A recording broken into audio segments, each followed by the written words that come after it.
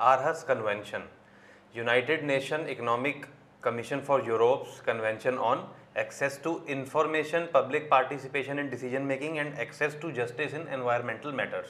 So therefore this convention, Aarhus Convention, is all about the public getting the information about the environmental matters, and if they are not getting the information, then there should be a mechanism so that they should enforce their rights, so that they could get justice and they can get the information about the environment, and public could participate in the environmental matters, in the policies, in the programs of the government.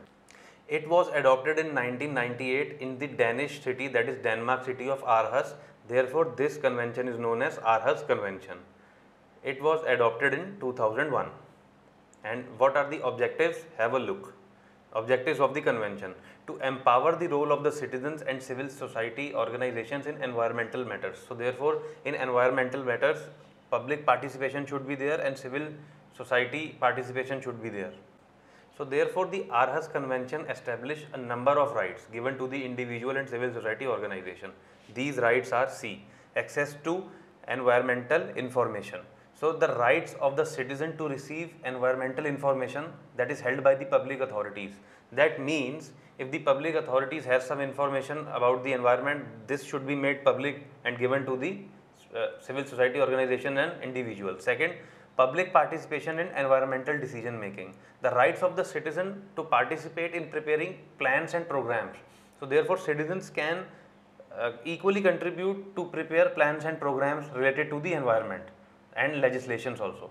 And access to justice, that is the rights of the citizen to have access to review procedures when their rights with respect to access to information or public participation have been violated. That's, let's say if my right have been violated, therefore I have the right to access to the justice. So therefore I will get the information, and these parties to the convention are required to make national laws, state level laws, regional laws, so that this convention comes into force in their respective jurisdictions.